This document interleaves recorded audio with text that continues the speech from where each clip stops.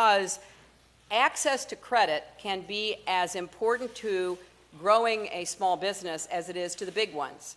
And you shouldn't have to be a Fortune 500 company to get a loan. For many small businesses, these loans have always come from community banks with deep local ties. But today, those same local banks are being squeezed by regulations that don't make sense for their size and mission, like endless examinations and paperwork designed for banks that measure their assets in the many billions. And when it gets harder for small banks to do their jobs, it gets harder for small businesses to get their loans.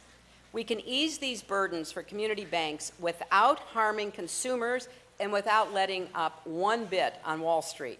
We should not apply the same restrictions on community banks as those needed to regulate our big banks.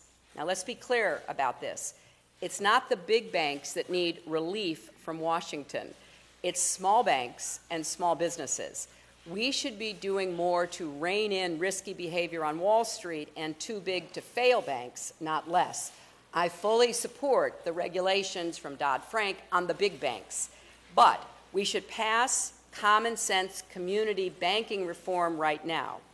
However, the Republicans in the Congress insist on using this issue to give relief to community banks as a Trojan horse for rolling back protections for consumers and rolling back the rules on the biggest banks, as we're seeing right now in legislation that Republicans are introducing.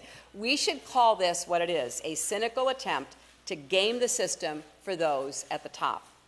Our goal should be helping community banks serve their neighbors and customers the way they always have, to make it easier to give out responsible loans to responsible small businesses so they can do what they do best, create jobs and help families get ahead and stay ahead.